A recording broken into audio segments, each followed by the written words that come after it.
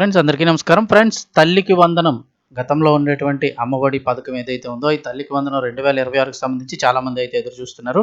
So దీనిపై ప్రభుత్వం అయితే కనుక కీలక ప్రకటన అయితే చేసింది. ఏ నెలలో వేస్తారు ఏంటి అయితే చెప్పడం జరిగింది. అలాగే కొన్ని రెడీ చేసుకోవాల్సిన పత్రాలు కూడా ఒకసారి తెలుసుకుందాము. వీడియో పూర్తిగా చూడండి. అలాగే తప్పకుండా ఒక లైక్ చేసి ఛానల్ని సబ్స్క్రైబ్ చేసుకోండి. వివరాల్లోకి వెళ్ళిపోదాం.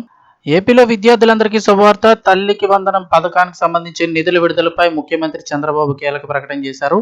ఆంధ్రప్రదేశ్ ప్రభుత్వం తల్లికి వందనం పేరుతో విద్యార్థుల కోసం ఈ పథకాన్ని అమలు చేస్తోంది. ఒక విద్యార్థికి 15,000 రూపాయల చొప్పున అందజేస్తోంది. గత ఏడాది విద్యార్థుల తల్లుల ఖాతాలో డబ్బుల్ని జమ చేసిన సంగతి తెలిసిందే.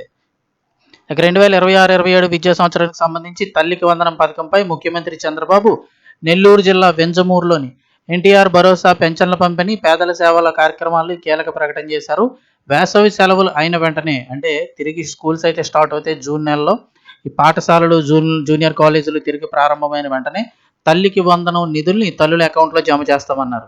జూన్ నెలలో ఎంతమంది పిల్లలు ఉంటే అంతమందికి తల్లికి వందనం డబ్బులు అకౌంట్లో విడుదల చేస్తామని ముఖ్యమంత్రి చంద్రబాబు నాయుడు అయితే ప్రకటించారు. కూటమి ప్రభుత్వం ప్రజలకు ఎన్నో సంక్షేమ పథకాలను అమలు చేస్తున్నామని, ప్రజాప్రతినిధులు అధికారులందరూ కూడా పేదల సేవలోనే ఉంటున్నారన్నారు చంద్రబాబు.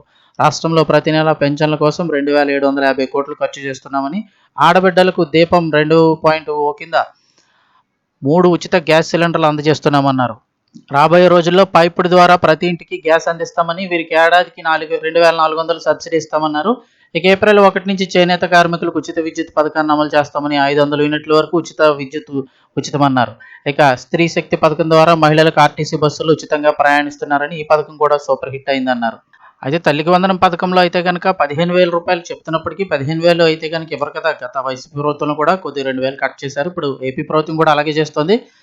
ఈ పథకం కింద విద్యార్థులకు 15,000 ఆర్థిక సాయం అందజేస్తుంది. రాష్ట్రంలో అర్హులైన ప్రతి విద్యార్థికి 15,000 ఇస్తుంది. అయితే విద్యార్థికి ఇచ్చే 15,000లో స్కూల్ కాలేజీ నిర్వహణ ఖర్చుల నిమిత్తం 2,000 మినహాయించి మిగిలిన 13,000 విద్యార్థుల యొక్క తల్లుల బ్యాంక్ అకౌంట్లో జమ చేస్తున్నారు. ఒకవేళ ఎవరైనా విద్యార్థులకు తల్లి లేకపోతే తండ్రి లేదా సంరక్షకుడు ఖాతాలో డబ్బులు వేస్తారు.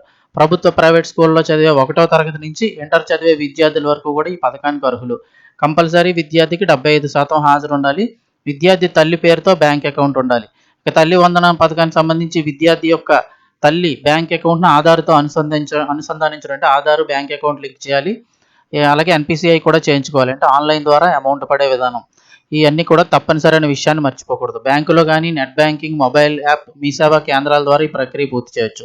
అకౌంట్ ఆధార్తో లింక్ అయిందో లేదో ఎన్పిసిఐ అధికారిక వెబ్సైట్లో కూడా మీరైతే చెక్ చేసుకోవచ్చు. ఒకసారి ఇవన్నీ రెడీ చేసుకోండి. జూన్ నెలలో అయితే కనుక డబ్బులు వేస్తారు.